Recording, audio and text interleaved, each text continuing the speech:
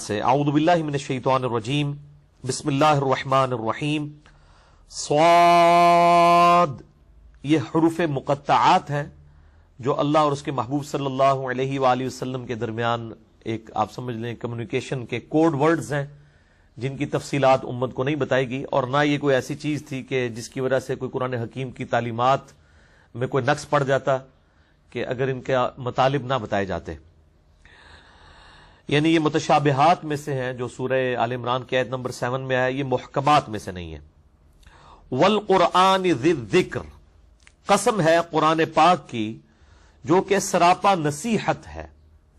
قرآن حکیم اللہ تعالیٰ نے نصیحت کے لیے آسان کیا ہے، اور نصیحت ہی ایک عام آدمی کی ضرورت ہے، اور سورہ القمر میں 4 دفعہ یہ بات ریپیٹ ہوئی، وَلَقَدْ يَسَّرْنَا الْقُرْآنَ لِلذِّكْرِ فَهَلْ مِن مُدَّكِرٍ، ہم نے قرآن حکیم کو نصیحت حاصل کرنے کے لیے آسان کر دیا ہے کوئی نصیحت حاصل کرنے والا؟ ایز فار ایز تذکیر از کنسرن، نصیحت از کنسرن، قرآن حکیم دنیا کی سب سے آسان کتاب ہے۔ یہ ایک ڈاکٹر اور انجینئر کو بھی سمجھ آئے گی، ایک موچی اور ریڈی بان کو بھی سمجھ آئے گی، ایک ان پڑھ کو بھی سمجھ آئے گی، ایک انٹلیکچوئل کو بھی سمجھ آئے گی، کیونکہ ہدایت تو ہر بندے کی بنیادی ضرورت ہے۔ یہ ہو ہی نہیں سکتا کہ یہ صرف پڑھے لکھے کو سمجھ آئے۔ اور یہ عجیب و غریب قسم کی علماء کی طرف سے اس قسم کے پروپیگنڈے کیے جاتے ہیں، جی 18 علوم چاہیے قرآن حکیم کو سمجھنے کے لیے۔ قرآن پاک کو سمجھنے کے لیے 18 علوم نہیں چاہیے۔ یہ 18 علوم کے نام پہلے تو یہ خود گنوائیں اور پھر بتائیں کہ صحابہ کرام کو یہ 18 علوم آتے تھے۔ یعنی صحابہ کرام میں سے گنتی کے لوگ تھے جو لکھنا پڑھنا جانتے تھے، باقی تو چٹے ان پڑھ جن کو ہم پنجابی میں کہتے ہیں نا، لکھنا پڑھنا جانتے ہی نہیں تھے۔ ان کی زبان میں قرآن حکیم نازل ہوا، اس سے انہوں نے تذکیر حاصل کر لی۔ تو ایز فار ایز تذکیر از کنسرن، قرآن حکیم دنیا کی آسان ترین کتاب ہے۔ ہاں تفصیلات میں جائیں جو عام بندے کی ضرورت نہیں، صرف انٹرسٹ والے لوگوں کی ضرورت ہے، وہ تو قرآن حکیم میں 1000 کے قریب آیات جو ہیں وہ سائنٹیفک فیکٹس کے اوپر ہیں، اسٹرانومی کی فیلڈ سے ریلیٹڈ، بایولوجی کی فیلڈ سے ریلیٹڈ، باٹنی کی فیلڈ سے، ایمبریولوجی کی فیلڈ سے، یہ تمام فیلڈز، یہ تو معذرت کے ساتھ ہمارے علماء کو بھی نہیں آتی۔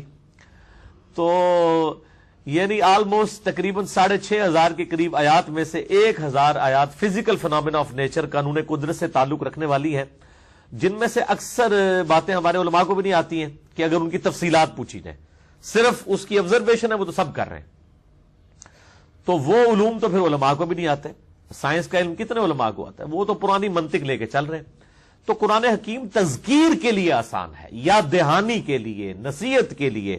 وَلَقَدْ يَسَّرْنَا الْقُرْآنَ لِلذِّكْرِ فَهَلْ مِن مُدَّكِرٍ، ہم نے قرآن حکیم کو تذکیر کے لیے آسان کر دیا تو ہے کوئی سمجھنے والا؟ اور ایک اور آیت ہے اسی کانٹیکسٹ میں، سورہ صاد ہی میں آگے چل کے 29 نمبر آیت آئے گی، کتاب انزلناہ الیک مبارک لیدبروا آیاتہ، یہ ہم نے ایک بابرکت کتاب نازل کی ہے تاکہ لوگ اس کتاب کے اوپر تدبر اور غور و تفکر کریں اس کی آیات پر۔ وَلِيَتَذَكَّرَ أُولُو الْأَلْبَابِ، اور جن کے پاس عقل ہے وہ اس میں سے نصیحت حاصل کریں۔ یعنی پاگل جو ہے نا اس کی جواب دہی کوئی نہیں ہے، جس کو اللہ نے عقل دی ہے، یعنی جنہوں سے پنجابی کا نا جڑا بندہ روٹی منہ نہ کھاندا ہے، یعنی روٹی منہ کے راستے کھاتا ہے، اس کو اتنی عقل ہے تو وہ اس کے لیے نصیحت ہے اس کے اندر۔ ورنہ تو نعوذ باللہ اللہ تعالیٰ پہ ناانصافی لازم آئے گی اگر ہم کہیں کہ صرف پڑھے لکھے لوگ اس سے نصیحت حاصل کر سکتے ہیں۔ تو باقی یہ کہنا جی قرآن ڈائریکٹ پڑھنے سے انسان گمراہ ہو جاتا ہے، ڈائریکٹ کوئی بھی نہیں پڑھ رہا ہوتا۔ جس بیچارے کو عربی نہیں آتی وہ بھی ڈائریکٹ کی طرف پڑھ رہا ہوتا ہے، وہ علماء دین کے ترجمے پڑھ رہا ہوتا ہے نا، کہتے ہیں علماء سے پوچھ کے چلیں، تو علماء سے پوچھ کے چل رہا ہوتا ہے۔ جب ایک بریلوی احمد بریلوی صاحب کا ترجمہ کھول کے پڑھ رہا ہوتا ہے، وہ کب سے خود قرآن پڑھ رہا ہوتا ہے؟ وہ تو احمد بریلوی صاحب سے پڑھ رہا ہوتا ہے جنہوں نے اس کی زبان میں، جس طرح کے ان پڑھ صحابہ کی زبان میں قرآن عربی میں نازل ہوا، اسی طریقے سے آج کی ان پڑھ عوام جو صرف اردو پڑھ سکتی ہے، ان کی زبان کے اندر اگر احمد بریلوی صاحب نے بریلویوں کے لیے ترجمہ کر دیا، اشرف تھانوی صاحب نے دیوبندیوں کے لیے کر دیا، اور جونا گڑھی صاحب نے اہل حدیث کے لیے کر دیا، سید فرمان علی شاہ صاحب نے جو ہے وہ اہل تشیع کے لیے کر دیا، یا عام مسلمانوں کے لیے مولانا مودودی نے یا مولانا فتح محمد جلندری صاحب نے کر دیا، تو وہ تو بالکل ان کی زبان میں ان کو ترجمہ کر دیا۔ اب اس کو مزید ڈیٹیل میں تو جانے کی ضرورت نہیں۔ نصیحت حاصل کرنے کے لیے قرآن حکیم جو ہے وہ بہت آسان کتاب ہے، اور یہ ہے ہی اس کا جو مین ٹاپک ہے ہی نصیحت ہے۔ اِنَّا نَحْنُ نَزَّلْنَا الذِّكْرَ وَإِنَّا لَهُ لَحَافِظُونَ، سورۃ الحجر آیت نمبر 9۔ اس الذکر یعنی یاد دہانی نصیحت والی کتاب کو ہم نے نازل کیا اور ہم ہی اس کی حفاظت کرنے والے ہیں. بہرحال اس کانٹیکسٹ میں میرے دو لیکچرز بڑے اہم ہیں. مسئلہ نمبر 1 ہے امام الانبیاء کی دعوت قرآن صلی اللہ علیہ وآلہ وسلم. اسی پہ میرا ریسرچ پیپر نمبر 4 بھی ہے, امام الانبیاء کی دعوت قرآن. آپ ahlsunnatpower.com سے ڈاؤن لوڈ کر سکتے ہیں. اور دوسرا میرا لیکچر مسئلہ نمبر 170 170 نمبر مسئلہ ہے قرآن حکیم کے ترجموں کے اعتبار سے جو علماء دھوکہ دیتے ہیں کہ جی لوگوں نے ترجمے چینج کر دیے. میں نے فزیکلی HD کیمرے میں دکھایا ہے کہ ترجموں میں کوئی فرق نہیں ہے.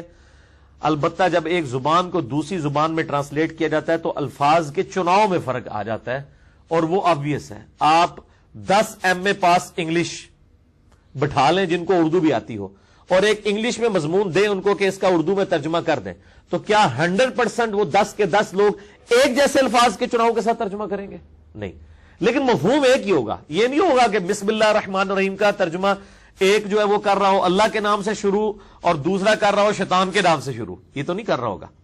ہاں یہ ہو سکتا ہے کوئی ترجمہ کر دے اللہ کے نام سے شروع, کوئی کہہ دے شروع کرتا ہوں اللہ کے نام سے, کوئی کہہ دے شروع اللہ کے نام سے. سب نے اللہ کے نام سے شروع کیا. تو بیسیکلی یہ علماء جو اس حوالے سے لوگوں کو قرآن سے دور رکھتے ہیں یہ بہت بڑی دشمنی کر رہے ہیں قرآن حکیم کے ساتھ. یعنی بجائے سولوشن اینڈ پہ آنے کے پرابلم اینڈ پہ کھڑے ہوئے ہیں. یعنی یہ تو کافروں کے کرنے کے کام ہے. یعنی آج اگر ہمیں کوئی یہودی عیسائی آ کے یہ بات کرے کہ قرآن ڈائریکٹ نہ پڑھنا گمراہ ہو جاؤ گے, ہم کہیں گے تو واقعی یہودی اور کافر ہے اس لیے اس قسم کی باتیں کر رہا ہے. لیکن یہ جو یہودی نما مسلمانوں کے لبادے اوڑے ہوئے لوگ جو ممبروں پہ چڑھ کے لوگوں کو کہہ رہے ہیں قرآن ڈائریکٹ نہ پڑھنا گمراہ ہو جاؤ گے, بخاری شریف ڈائریکٹ نہ پڑھنا گمراہ ہو جاؤ گے. اب ان لوگوں کی چونکہ شکلیں مسلمانوں والی ہیں, کام یہ یہودیوں سے بھی بدتر کر رہے ہیں اور ہم ان کی باتوں کے اوپر یقین کر رہے ہیں. حالانکہ ہونا چاہیے تھا کہ ہم ان کو بالکل چٹا جواب دیتے ہیں کہ خدا کے لیے اسلام کے ساتھ یہ دشمنی نہ کرو. یہ تو کافروں کے کرنوں کے کام ہے کہ وہ لوگوں کو یہ مشورے دیں گے قرآن و حدیث ڈائریکٹ نہ پڑھو. یعنی تم مسلمان ہو کے بجائے پڑھانے کے لوگوں کو یہ کہنا شروع کر رہے ہو, اور پھر کہتے ہیں نہیں ہم تو کہتے ہیں تفسیر کے ساتھ پڑھو. پڑھاؤ نا یار. اپنے علماء کی کتابیں بغلوں میں دبا دی ہوئی ہیں, تبلیغی جماعت والوں کو فضائل اعمال پکڑا دی ہے, اور دعوت اسلامی والے جو ہیں ان کو فضائل سنت پکڑا دی ہے. اپنے اپنے فرقوں کی کتابیں لوگوں نے پکڑائی ہوئی ہیں, اللہ کی کتاب کو پکڑانے کے لیے تیار نہیں ہے. اور جو اللہ کی کتاب کی بات کرے تو وہ اس کے پر فتوے لگانے شروع کر دیتے ہیں, اور کبھی کہتے ہیں یہ خارجیوں کا طریقہ ہے جی, وہ قرآن پاک پڑھتے تھے اور وہ قرآن پڑھ پڑھ کے جو ہے وہ مسلمانوں پہ کفر و شرک کے فتوے لگاتے تھے. تو ان کے اس دھوکے کو بھی میں نے دور کرنے کے لیے مسئلہ نمبر 154 ریکارڈڈ ہے میرا, کہ وہ صحابہ اکرام علیہم رضوان کو کافر کہتے تھے قرآن حکیم کی آیات ان پر فٹ کر کے, اور ہم قرآن حکیم پڑھ کے صحابہ اکرام اور اہل بیت کے جو دشمن ہیں, جو مذہبی لبادے میں مسلمانوں کے اندر گھسے ہوئے ہیں اور اپنے آپ کو علماء کلیم کر رہے ہیں, لوگوں کو قرآن و حدیث سے روک رہے ہیں, ہم تو ان کو سامنے لے کے آ رہے ہیں کہ بھئی یہ اسلام کے ساتھ دشمنی کر رہے ہیں. صحابہ اکرام اور اہل بیت کی تعلیمات پر عمل کرو. مسئلہ نمبر 154 قرآن حکیم کی آیات جو ہے وہ کافروں کے بارے میں نازل ہوئی, نہیں جی یہ تو مسلمانوں کے بارے میں نازل ہوئی, یہ کافروں والی آیات مسلمانوں پہ نہیں لگا سکتے. اس قسم کے جتنے دھوکے ہیں میں نے اس حوالے سے اس میں ایڈریس کیے ہیں. اور ظاہر ہے جب بھی قرآن کا ذکر آئے گا تو یعنی یہ ہمارے ایمان کا تقاضا ہے کہ ہم کھول کے بالکل لوگوں کے سامنے یہ بات سامنے رکھ دیں کہ سب سے بڑی دشمنی امت محمدیہ صلی اللہ علیہ وآلہ وسلم کے ساتھ جو کی گئی ہے وہ اس قرآن سے دوری ہے. یہ ابھی تو لوگوں کو نہیں بات سمجھ آ رہی, لیکن یہ مرنے کے بعد فوراً سمجھ آ جائے گی. سورۃ الفرقان کی آیت نمبر 30 ہے کہ قیامت والے دن نبی صلی اللہ علیہ وآلہ وسلم شکایت کریں گے, وقال الرسول یا رب ان قوم اتخذوا هذا القرآن مہجورا, اور نبی صلی اللہ علیہ وآلہ وسلم شکایت کریں گے کہ اللہ میری قوم نے قرآن کو پیٹ کے پیچھے ڈال دیا تھا. یعنی انہوں نے اپنی اپنی کتابیں پکڑ لی تھی اور پھر یہ باتیں کرتے ہیں. وہ کہتے ہیں جی وہ دیکھیں جی ہمارے بزرگوں نے بھی جو کتابیں لکھی ہیں وہ بھی قرآن و حدیث کا نچوڑ ہی نکال کے آپ کے سامنے رکھا ہے. میں کہتا ہوں نہیں, قرآن و حدیث کا نچوڑ نہیں نکالا, نچوڑ دیا ہے قرآن و حدیث کو. یعنی اس کو نچوڑ کے سائڈ پہ پھینک دیا اور جو پھونک تھا نا وہ آپ کے ہاتھوں میں پکڑا دیا ہے. یعنی قرآن و سنت کی جو تعلیمات ہیں, کیا ان کی بزرگوں کی کتابوں میں وہ تعلیمات وہ توحید موجود ہے؟ اگر یہ سمجھتے ہیں, یہ تو سورۃ الفاتحہ کا ٹیسٹ بھی توحید کے حوالے سے پاس کر سکتے. یہ تو صحیح بخاری اور صحیح مسلم سے کھول کے اپنی پبلک کو جمعے کے خطبے میں نماز کا طریقہ نہیں بتا سکتے. بخاری مسلم تو چھوڑ دیں, شیخ عبد القادر جیلانی المتوفا 561 ہجری جن کو غوث پاک کہتے ہیں اور ان کے نام کے اوپر 11ویں پکا پکا کے مسجدوں میں کھائی جاتی ہیں، ان کی کتاب غنیت الطالبین جو مارکیٹ میں خود انہوں نے چھاپی ہوئی ہے، بریلویوں نے بھی، دیوبندیوں نے بھی، اہل حدیث نے بھی، اس میں سے نماز کا جو چیپٹر ہے وہ شروع میں ہی موجود ہے۔ نماز کا طریقہ پبلک کو کھول کے نہیں بتا سکتے کہ اس دفعہ تو ہم 11ویں کے چاول کھا رہے ہیں، انشاءاللہ اگلے مہینے 11ویں کی جگہ ہم ایک دفعہ 11ویں والے کے طریقے کے اوپر سنت کے مطابق نماز پڑھیں گے، اور وہ 11ویں والے کا اپنا ذاتی طریقہ نہیں ہے، وہ کوئی صحابی تو نہیں، نہ کوئی تابعی ہے، نہ کوئی تبع تابعی ہے، وہ تو 500 سال بعد ایک شخصیت آئی ہے، شیخ عبد القادر جیلانی المتوفی 561 ہجری، انہوں نے بھی نماز کا طریقہ بخاری اور مسلم سے لکھا ہے۔ یعنی پرائمری کتابیں تو ہماری وہ ہیں جو ہم نے یہ سامنے رکھی ہوئی ہیں، لیکن ہمارے علماء کے شوکیسوں میں یہ کتابیں پڑھی ہوئی ہیں، پڑھی ہوئی کوئی نہیں ہے، پڑھی ہوئی ہیں گرد آلود، پڑھی ہوئی نہیں ہے، اور جو کوئی پڑھتا ہے اس کے اوپر فتوے لگانا شروع کر دیتا ہے۔ تو قرآن حکیم ہماری ٹیکسٹ بک ہے۔ قرآن حکیم میں کیٹاگوریکل مینشن ہوا سورہ الانعام کے اندر، یہ مجھے ریسرچ پیپر نمبر 4 ذرا پکڑائیے گا عثمان بھائی، اسی کے اوپر میں نے مسئلہ نمبر 1 ریکارڈ کرایا، اور ریسرچ پیپر نمبر 4 میں نے صرف 4 پیجز کے اندر، اس کا نام میں نے رکھا ہے امام الانبیاء کی دعوت قرآن، یعنی نبی صلی اللہ علیہ وآلہ وسلم کی یہ دعوت قرآن ہے، میری ذاتی نہیں ہے۔ اور اس کو میں نے ڈیڈکٹ کیا ہے سورۃ الانعام کی آیت نمبر 19 سے، اعوذ باللہ من الشیطان الرجیم، بسم اللہ الرحمن الرحیم، وَأُوحِيَ إِلَيَّ هَذَا الْقُرْآنُ لِأُنذِرَكُم بِهِ وَمَن بَلَغَ۔ اے محبوب صلی اللہ علیہ وآلہ وسلم فرما دیجئے قرآن میری طرف اس لیے وحی کیا گیا تاکہ اس قرآن کے ذریعے میں تم تک بھی بات پہنچا دوں اور ہر اس شخص تک جس تک یہ دعوت پہنچ جائے۔ اسی لیے میں نے اس ریسرچ پیپر کا نام رکھا ہے امام الانبیاء کی دعوت قرآن۔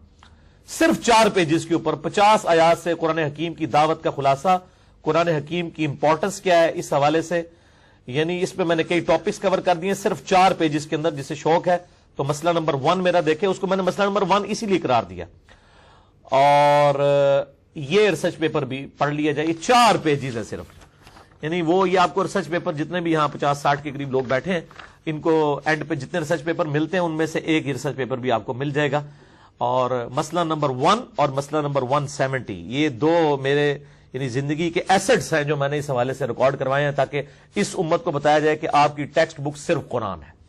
ان لوگ جو ہیں وہ مطلب دوسری کتابوں کو لے کے چل رہے ہوتے ہیں، میں تو یہاں تک کہتا ہوں کہ حدیث کی کتابیں بھی ہماری ریفرنس کتابیں ہیں، ہماری ٹیکسٹ بک صرف قرآن ہے۔ درس قرآن ہی ہونا چاہیے، حدیثیں اس کے ذیل میں بیان ہونی چاہیے۔